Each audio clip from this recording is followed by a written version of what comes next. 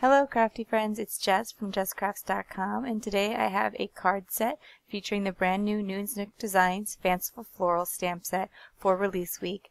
I am part of the blog hop, and so if you follow the link in the description box below to my blog, you can leave a comment on my blog and the other design team blogs for a chance to win the brand new stamp set.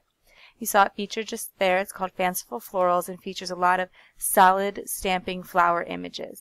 And so for today's card, I thought that I would experiment with some ombre stamping, and I would show you what the Hero Arts ombre inks look like, but also show you the Hero Arts shadow ink cubes and how you can create an ombre effect. So here I have pale tomato, soft cantaloupe, and orange soda ink cubes combined to create my own ombre, and then the butter to orange ombre ink, and you can see what that beautiful flower from the stamp set looks like stamped in both of those.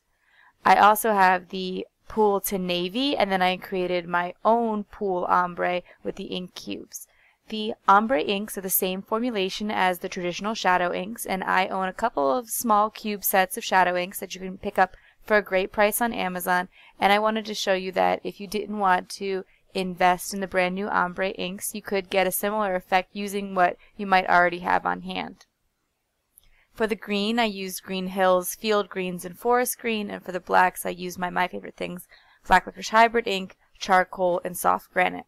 I would definitely encourage you to experiment with whatever inks you have in your collection, but I did find that using these small cubes really made it a lot easier because I could get the ink in a small area.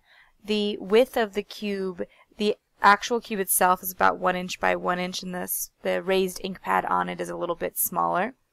And it's pretty similar in size and width to what is actually on the Hero Arts ombre ink pads. The ombre ink pads feature 3 pieces of raised felt with the color in them sitting right next to each other, and they're about the same width as these tiny shadow inks.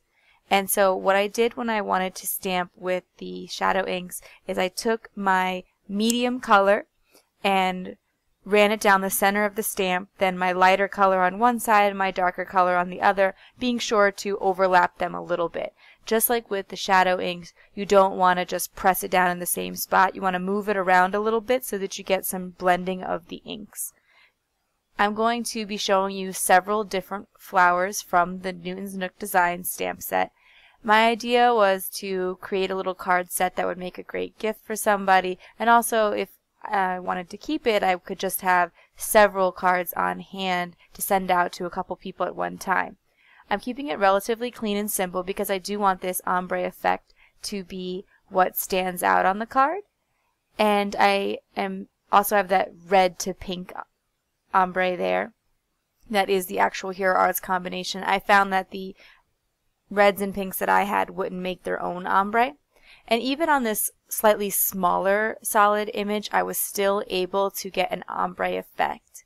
You can kind of tilt your pad so that the full pad isn't making contact with the stamp so that you don't get quite as wide of a line on your stamping.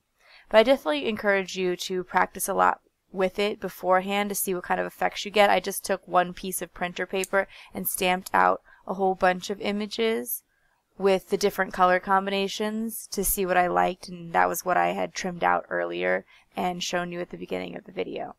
In between stampings, if you're going to use the same stamp, it's important that it's really cleaned off well.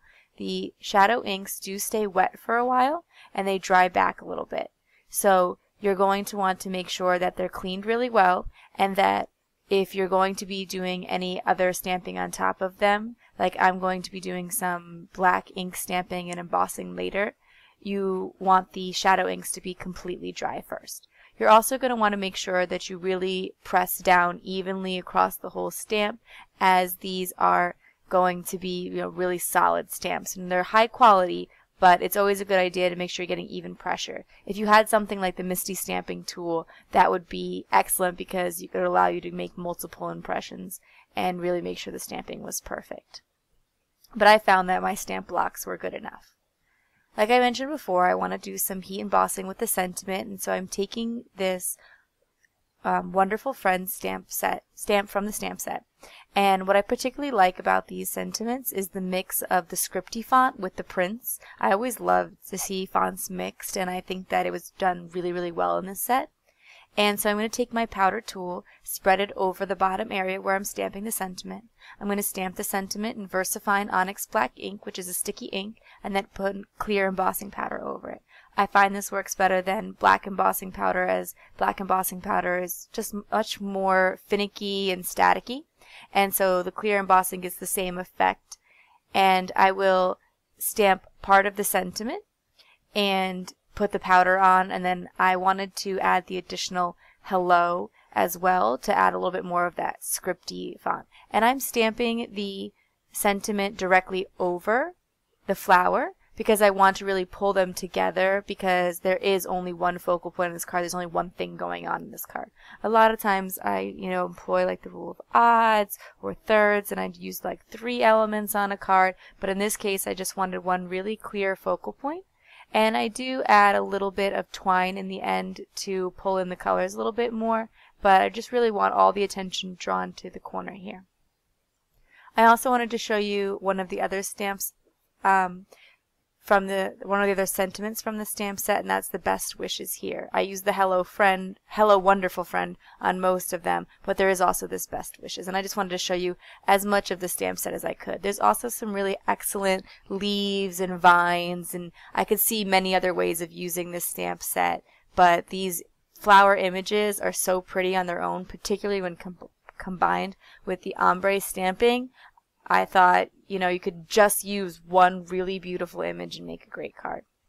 So once I have all of my sentiments embossed on, I decide, like I said before, to add another little touch just to pull out the colors.